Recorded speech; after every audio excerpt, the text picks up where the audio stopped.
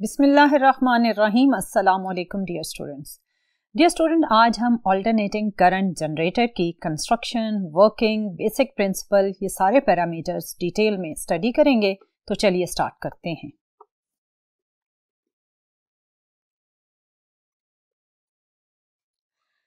Dear student, जैसा कि मैंने आपको बताया कि आज का हमारा टॉपिक है अल्टरनेटिंग करंट जनरेटर।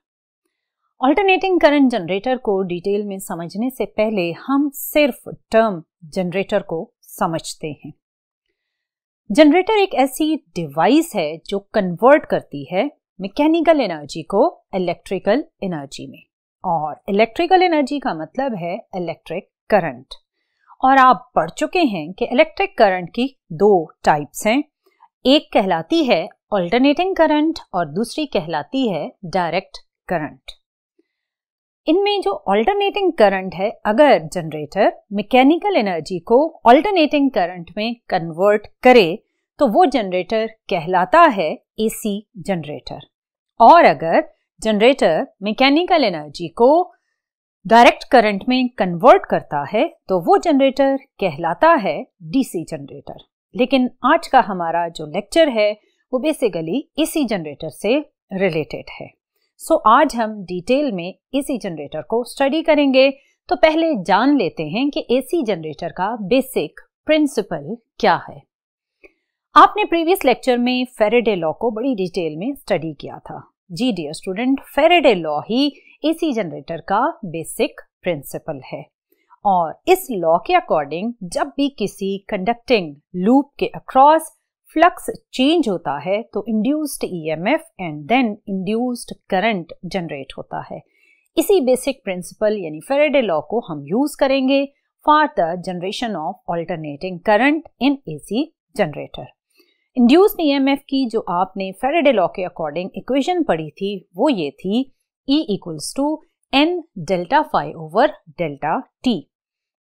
इसी इक्वेशन के कॉन्सेप्ट को यूज करते हुए हम एसी जनरेटर के अंदर जनरेट होने वाली इंड्यूस्ड ईएमएफ की इक्वेशन डिराइव करेंगे और वो इक्वेशन होगी E equals to n omega A B sine theta. इसमें जो फर्स्ट फैक्टर है n ओमेगा ए बी, इसे आप नवाब भी कह सकते हैं। सो याद रखने के लिए कि इंड्यूस्ड ईएमएफ इन एसी जनरेटर क्या है, तो आपने नवाब का फैक्टर याद रखना है। इस नवाब के फैक्टर को बोला जाता है मैक्सिमम इंड्यूस्ड ईएमएफ। इस मैक्सिमम इंड्यूस्ड ईएमएफ के फैक्टर को बोला जाता है ई नॉट। और ई नॉट किसके इक्वल मैंने बताया कि E naught is equal to N omega A B. So ये इक्वेशन हम यूं भी लिख सकते हैं E equals to E naught sine theta. ये इक्वेशन कहाँ से आई, इसकी डेरिवेशन क्या है, ये आज हम डिटेल में स्टडी करेंगे। इस इक्वेशन की डेरिवेशन से पहले ये जान लेना जरूरी है कि एसी जनरेटर की कंस्ट्रक्शन में यूज होने वाले बेसिक कंपोनेंट्स क्या हैं। सबसे पहली चीज जो हमें रिक्वायर्ड है for construction of AC generator वो है एक मैग्नेट। सो एक नॉर्थ पोल और एक साउथ पोल जिसके बीच में हम जनरेट करेंगे एक यूनिफॉर्म मैग्नेटिक फील्ड, और इसमें हम प्लेस करेंगे एक शेफ्ट को, और शेफ्ट के साथ हम अटैच करेंगे एक आयरन का रेक्टेंगुलर फ्रेम। और इस फ्रेम पर हम लेमिनेटेड वायर्स की कुछ इस तरह वाइंडिंग्स बनाएंगे, और इन वायर्स के जो दो एंड्स हैं ए एंड बी, उन्हें हम कनेक्ट करेंगे दो स्लिप रिंग्स के साथ जिनके नाम है आर एंड आर प्राइम। इन स्लिप रिंग्स के साथ कनेक्टेड है फर्दर कार्बन ब्रशेस, और ये basically carbon brushes output terminals के तौर पर बिहेव करते हैं। इन कार्बन ब्रशेस के थ्रू जनरेट होने वाली करंट को हम एक्सटर्नल सर्किट की तरफ फ्लो करवाएंगे। डियर स्टूडेंट, इसमें जहां आपने शेफ्ट कनेक्ट किया था उस शेफ्ट की हेल्प से हम इस रेक्टेंगुलर कॉइल को देंगे मैकेनिकल एनर्जी। ये कॉइल रोटेट करेगी और इसके अक्रॉस चेंज होगा मैग्नेटिक फ्लक्स, और चेंज ऑफ मैग्नेटिक फ्लक्स की वजह से जनरेट होगी इंड्यूस्ड ईएमएफ, और इंड्यूस्ड ईएमएफ जनरेट करेगी इंड्यूस्ड करंट, और उस इंड्यूस्ड करंट को आप कार्बन ब्रशेस के थ्रू एक्सटर्नल सर्किट की तरफ फ्लो करवाएंगे। डियर स्टूडेंट, ये बेसिकली एक सिंपल सा फिनोमेना है। ये सिंपल अब इसलिए हो गया क्योंकि आपने प्रीवियस लेक्चर्स में बड़ी डिटेल में ये डिफरेंट कॉन्सेप्ट्स स्टडी किए थे related to change of flux, induced EMF and induced current. इसमें जब कॉइल रोटेट करती है तो इसमें किस तरह वर्टिकल साइड्स और हॉरिजॉन्टल साइड्स में इंड्यूस्ड ईएमएफ जनरेट होती है, उसका क्या डायरेक्शन होता है, अब हम उसको डिटेल में ऑब्जर्व करते हैं। आपको बताती चलूं कि direction of induced current find करने के लिए हम यूज करते हैं राइट हैंड पाम रूल। और इस राइट हैंड पाम रूल में आपका जो थंब है वो पॉइंट करता है along the direction of velocity of the coil, और जो फिंगर्स हैं वो पॉइंट करेंगी along the direction of magnetic field, और पाम का जो नॉर्मल होगा वो बताएगा आपको डायरेक्शन ऑफ मैग्नेटिक फोर्स, और इसी मैग्नेटिक फोर्स के डायरेक्शन में चार्जेस मूव करेंगे, सो करंट का डायरेक्शन भी इसी पाम के नॉर्मल के डायरेक्शन में ही होगा। अब हम इस राइट हैंड रूल को किस तरह इंप्लीमेंट करेंगे अपने इस रेक्टेंगुलर फ्रेम पर, उसके लिए हम ये ऑब्जर्व करते हैं कि जब आपने शेफ्ट के थ्रू इसको movement the in this direction, तो टॉप व्यू ऑफ कॉइल के अकॉर्डिंग कॉइल रोटेट कर रही है इन एंटी क्लॉकवाइज डायरेक्शन।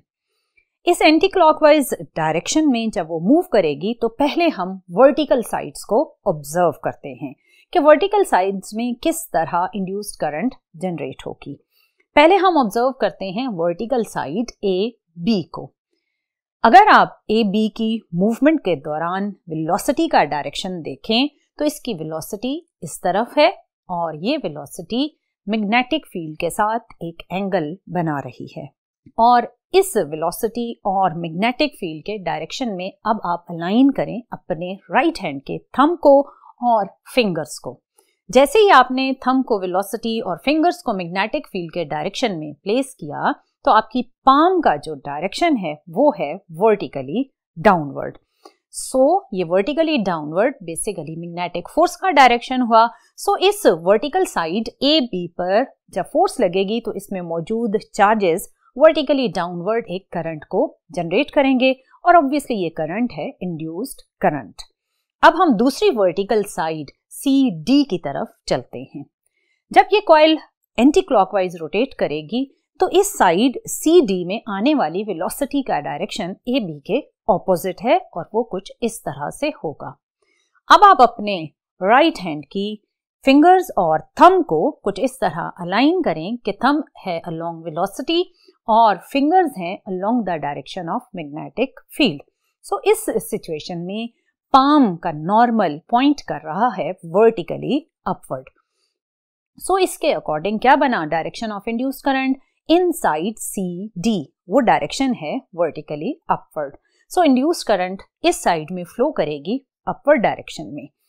अब इन दो वर्टिकल साइड्स के डायरेक्शन को अगर आप कंबाइन करके देखें तो ये बनता है एक क्लॉकवाइज डायरेक्शन ऑफ करंट।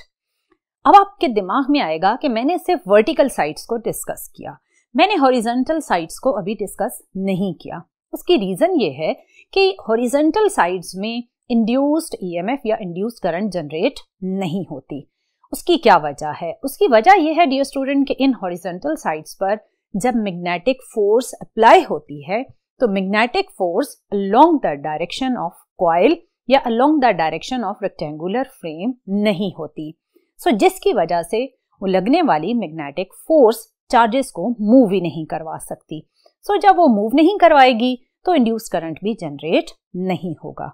सो इसका मतलब ये हुआ कि इस रेक्टेंगुलर फ्रेम की जो 4 साइड्स हैं उनमें से सिर्फ वर्टिकल साइड्स इंड्यूस्ड करंट में हिस्सा लेती हैं, और एक क्लॉकवाइज डायरेक्शन में आपको करंट नजर आएगा जो कि कार्बन ब्रशेस के थ्रू आप आउटपुट सर्किट की तरफ फ्लो करवाएंगे।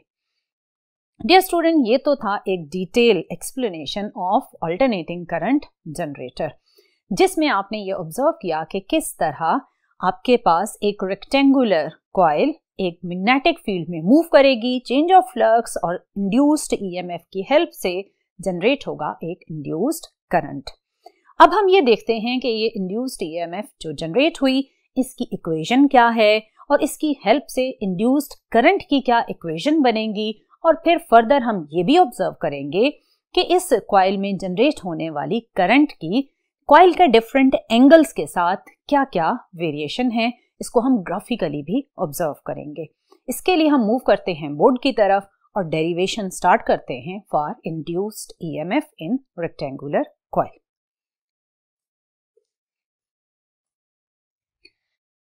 सो डियर स्टूडेंट, आपने डेरिवेशन फॉर इंड्यूस्ड ईएमएफ को जब कंटिन्यू करना है तो उसमें आपको चारों साइड्स की इंड्यूस्ड ईएमएफ की वैल्यू को डिस्कस करना है।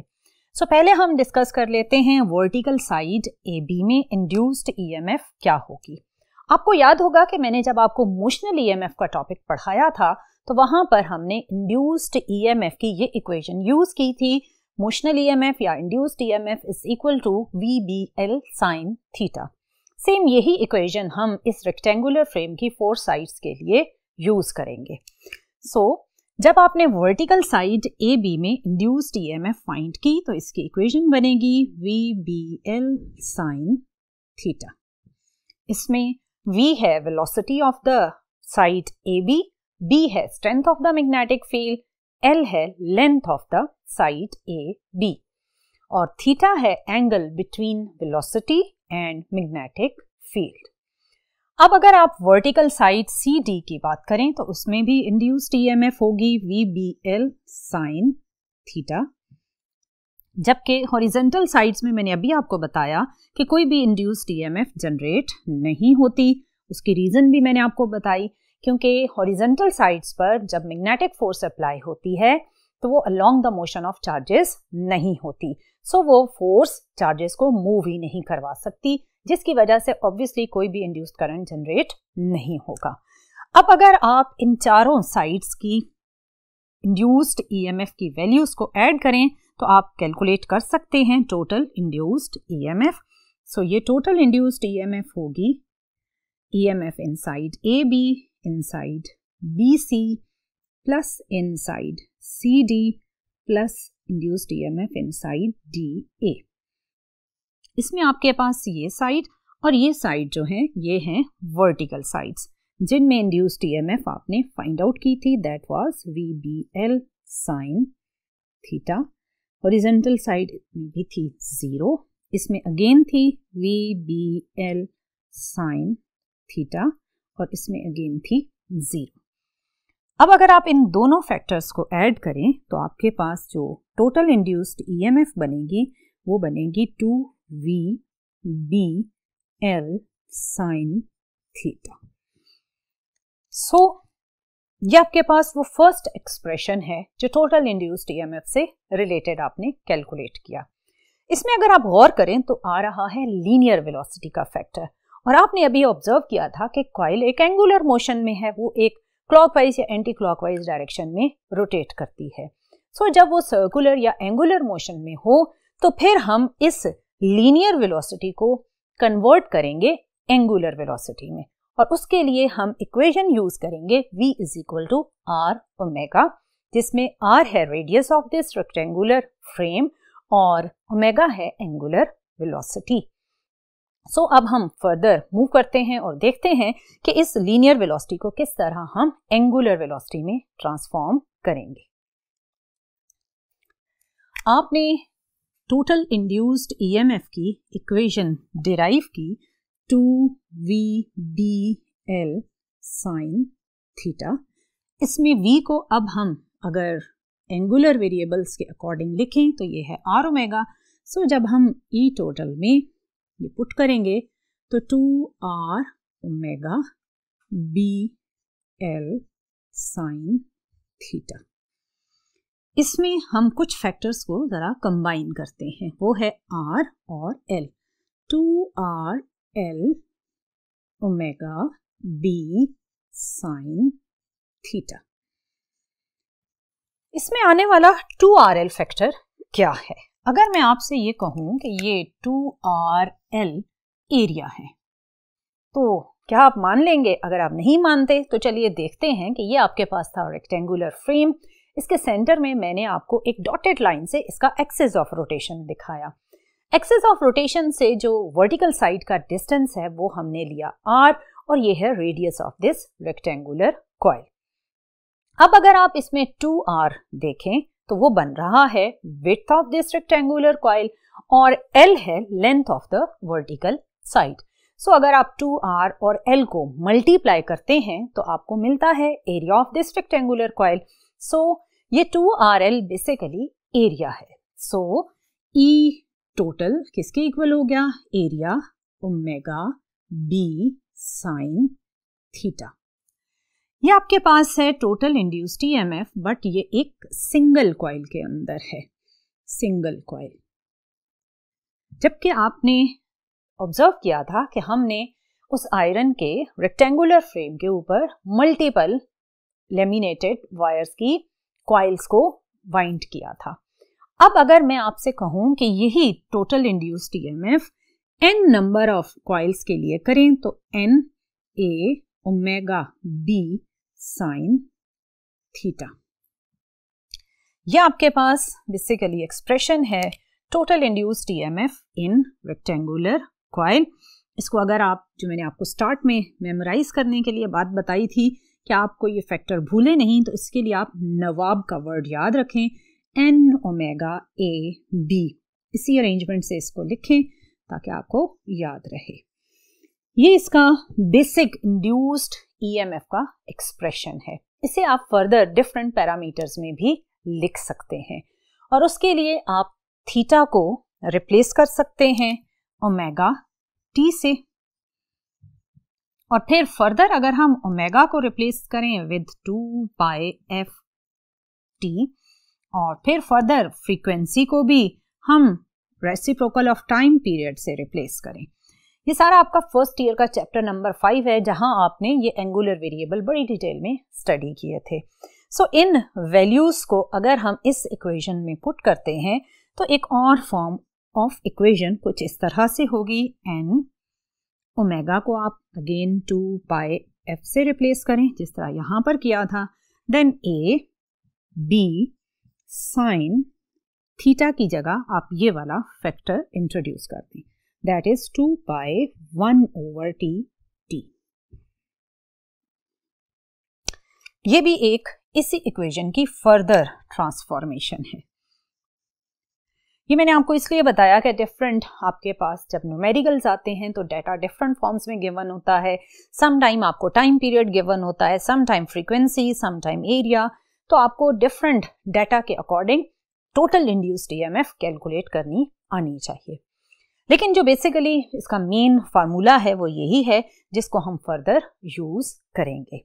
अब हम फर्दर ये देखते हैं कि इस इंड्यूस्ड ईएमएफ की हेल्प से हम किस तरह इंड्यूस्ड करंट की इक्वेशन को डिराइव कर सकते हैं। उसके लिए हम यूज करेंगे ओहम्स लॉ को।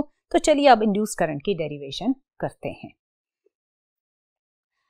डियर स्टूडेंट, ओहम्स लॉ के अकॉर्डिंग आपने पढ़ा कि V is equal to IR और I की क्या वैल्यू हो जाएगी? V over R। सो इस करंट इक्वेशन को अब हम यूज करेंगे और इंड्यूस्ड ईएमएफ की हेल्प से कैलकुलेट करेंगे इंड्यूस्ड करंट की वैल्यू को। आपने अभी जो एक्सप्रेशन पढ़ा वो था E is equal to n omega a b sine theta. Induced current से पहले मैं इसमें एक और चीज भी आपको बताती चलूं कि इसमें ये जो फैक्टर है that is named as maximum induced EMF और ये इंडिकेट किया जाता है E नॉट से। आप बेशक इसके साथ t लिखें या ना लिखें तो इससे कोई फर्क नहीं पड़ता, but this is the maximum value of induced EMF. अब ये मैक्सिमम इंड्यूस्ड ईएमएफ की वैल्यू कैसे आई, उसके लिए अगर आप इसी इक्वेशन में इस थीटा को 90 डिग्री पुट करें तो साइन 90 डिग्री क्या होता है? 1। सो ये फैक्टर 90 डिग्री पर हो जाएगा 1, तो आपके पास E जस्ट नवाब के इक्वल हो जाएगा और ये E not which is NWAB ये maximum value of induced EMF कहलाता है। सो अगर आपसे ये पूछा जाए कि जनरेटर में मैक्सिमम इंड्यूस्ड ईएमएफ किस एंगल पर होगी तो उसका आंसर होगा एट 90 डिग्री, यानी जब वेलोसिटी और मैग्नेटिक फील्ड स्ट्रेंथ के बीच में एंगल 90 डिग्री होगा तो मैक्सिमम इंड्यूस्ड ईएमएफ होगी। सो इस नवाब की वैल्यू को आपने अगर E नॉट से इंडिकेट किया तो ये फैक्टर आपने E नॉट लिख दिया, तो आपके पास इंस्टेंटेनियस इंड्यूस्ड ईएमएफ और मैक्सिमम इंड्यूस्ड ईएमएफ और थीटा विच इज एंगल, इन तीन वेरिएबल्स के रिलेशनशिप की ये एक इक्वेशन बनी। अब हम इस इक्वेशन को यूज करते हैं in Ohm's law which is I is equal to E over R। V over R आपने पढ़ा हुआ है, क्योंकि अभी हम इंड्यूस्ड वोल्टेजेस की बात कर रहे हैं तो हम V को E से इंडिकेट करेंगे। आपके पास ये इक्वेशन ओहम्स लॉ के अकॉर्डिंग आई। अब इसी इक्वेशन की हेल्प से हम फर्दर करंट की डेरिवेशन करेंगे। इसमें आप पुट करेंगे E की ये वाली value, that is E not sine theta. तो आपके पास करंट की इक्वेशन बनी E not sine theta over R। इसमें जो ये वाला फैक्टर है that is E not over R, ये कहलाएगा मैक्सिमम इंड्यूस्ड करंट। सो आपने देखा कि दो इक्वेशंस आपके पास आई, एक तो ये है और दूसरी आपने ऊपर इंड्यूस्ड ईएमएफ की ऑब्जर्व की। इन दोनों इक्वेशंस में ये कहलाता है मैक्सिमम इंड्यूस्ड ईएमएफ, ये कहलाता है इंस्टेंटेनियस इंड्यूस्ड ईएमएफ, और ये वेरी करेगा with the variation of theta. और ये है इंस्टेंटेनियस करंट और ये है मैक्सिमम इंड्यूस्ड करंट। और ऑब्वियसली इंस्टेंटेनियस इंड्यूस्ड करंट की वेरिएशन डिपेंड करेगी थीटा पर। जैसे जैसे एंगल चेंज होगा इंड्यूस्ड करंट की वैल्यू भी चेंज होती जाएगी। ये आपने देखा कि किस तरह हमने इंड्यूस्ड करंट को डिराइव किया by using the concept of induced EMF. अब इसी चीज को, अगर इसी इक्वेशन को अगर आप ऑब्जर्व करें तो आपके दिमाग में फौरन ये आएगा कि जो करंट इंड्यूस हो रही है वो एक साइन फंक्शन के अकॉर्डिंग वेरी कर रही है, या इंड्यूस्ड ईएमएफ एक साइन फंक्शन के अकॉर्डिंग वेरी करती है। इस साइन फंक्शन के अकॉर्डिंग करंट की वैल्यू किस तरह वेरी करती है, हम इसे क्यों ऑल्टरनेटिंग करंट जनरेटर कहते हैं, इसको ऑब्जर्व करने के लिए आप थोड़ी देर के लिए इस रेक्टेंगुलर कॉइल को ऑब्जर्व करें which is placed in the magnetic field, जो आपको पहले मैं डिटेल में बता चुकी हूं। अब हम इस कॉइल को डिफरेंट एंगल्स के अकॉर्डिंग ऑब्जर्व करेंगे कि कॉइल की जो मूवमेंट है उसमें जब वेलोसिटी और मैग्नेटिक फील्ड के बीच में एंगल वेरी करता है तो किस तरह इंड्यूस्ड करंट की वैल्यूज वेरी करती हैं। इसकी ऑब्जर्वेशन के साथ साथ हम ग्राफ ड्रॉ करेंगे बिटवीन एंगल एंड करंट। आप एक्स एक्सिस पर ड्रॉ करेंगे थीटा और वाई एक्सिस पर हम ड्रॉ करेंगे maximum value of induced current, क्योंकि अल्टरनेटिंग करंट में करंट एक दफा पॉजिटिव पीक की तरफ जाती है और एक दफा नेगेटिव पीक की तरफ। सो हम एक positive peak value I not लेंगे और दूसरी हम negative peak value minus I not लेंगे। अब हम दोनों चीजें साथ साथ ऑब्जर्व करेंगे, कॉइल की मूवमेंट भी और साथ ही साथ ग्राफ के ऊपर पॉइंट को किस तरह हमने प्लॉट करना है। कॉइल की मूवमेंट के लिए हम देखते हैं top view of the coil, और स्टार्टिंग जो हम इंस्टेंट लेंगे कॉइल का वो हम यहां पर लेंगे। इसमें आप ऑब्जर्व करें तो वेलोसिटी और मैग्नेटिक फील्ड इस वक्त पैरेलल हैं, और अगर पैरेलल हैं तो थीटा क्या होगा इनके बीच में 0 डिग्री।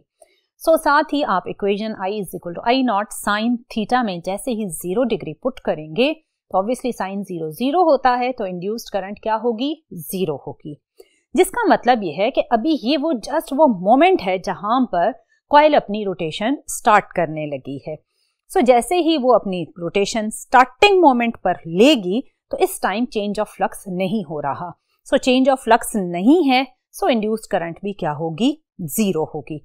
सो ग्राफ पर जब आप थीटा 0 डिग्री के साथ इंड्यूस्ड करंट की वैल्यू लिखेंगे तो वो भी आप 0 ही लेंगे। सो आपका जो डॉट है इस ग्राफ के ऊपर वो इस पॉइंट पर आएगा। अब हम कॉइल की मूवमेंट को स्टार्ट करते हैं या कंटिन्यू करते हैं। तो कंटिन्यू करते हुए जब आप इस पोजीशन पर पहुंचे तो आपके पास इस वक्त वेलोसिटी और मैग्नेटिक फील्ड परपेंडिकुलर हैं। सो जैसे ही आपने थीटा 90 डिग्री पुट किया इन equation I is equal to I naught sine theta में, तो साइन 90 क्या होता है 1। तो I किसके इक्वल हो गया I नॉट के। इसका मतलब है कि इस टाइम आपके पास कॉइल में मैक्सिमम इंड्यूस्ड करंट फ्लो कर रहा होगा, और उसको जब आप ग्राफ पर थीटा 90 डिग्री के कोरस्पॉन्डिंग ड्रॉ करेंगे तो वो यहां पर आएगा which is at I naught. तो आपका डॉट आ गया यहाँ पर। अब कॉइल की फर्दर रोटेशन जैसे ही हुई तो आपकी कॉइल जब इस पोजीशन पर पहुंची तो आपके पास वेलोसिटी और मैग्नेटिक फील्ड में एंगल हो गया है 180 डिग्री। सो जैसे ही आपने थीटा 180 डिग्री पुट किया इन equation I = I naught sine theta, तो थीटा की 180 के साथ वैल्यू जब आप पुट करेंगे तो साइन 180 होता है 0। सो आपकी करंट अगेन क्या हो गई, 0 हो गई। सो इस इंस्टेंट के अकॉर्डिंग या इस पोजीशन ऑफ कॉइल के अकॉर्डिंग जब आप ग्राफ पर पॉइंट ड्रॉ करेंगे तो वो अगेन 0 करंट के अकॉर्डिंग इस जगह पर आएगा for 180 degree of the theta.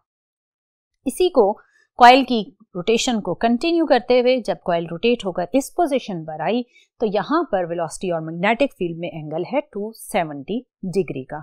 सो जैसे ही आपने equation I = I naught sine theta में थीटा को पुट किया 270, तो साइन 270 की वैल्यू है -1।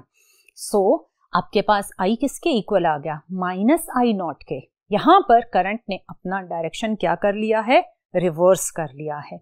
जैसे ही करंट का डायरेक्शन रिवर्स हुआ तो आपके पास ग्राफ के ऊपर जो पॉइंट है वो नेगेटिव y एक्सिस की तरफ शिफ्ट हो जाएगा। सो आपके पास -I नॉट के सामने पॉइंट मिला, उसे आपने इंडिकेट किया for angle of 270 degree. Coil ने अपनी रोटेशन कंटिन्यू करते हुए कंप्लीट की फॉर थीटा = 360 डिग्री। अब इस सिचुएशन में जब आप थीटा की वैल्यू 360 डिग्री पुट करेंगे तो I = I naught sine 360 degree, तो साइन 360 होता है 0। सो करंट अगेन क्या हो गई, 0 हो गई। सो आप जब इस 0 के पॉइंट को ग्राफ के ऊपर ड्रॉ करेंगे फॉर 360 डिग्री तो इस तरह आपको मिले टोटल 5 पॉइंट्स।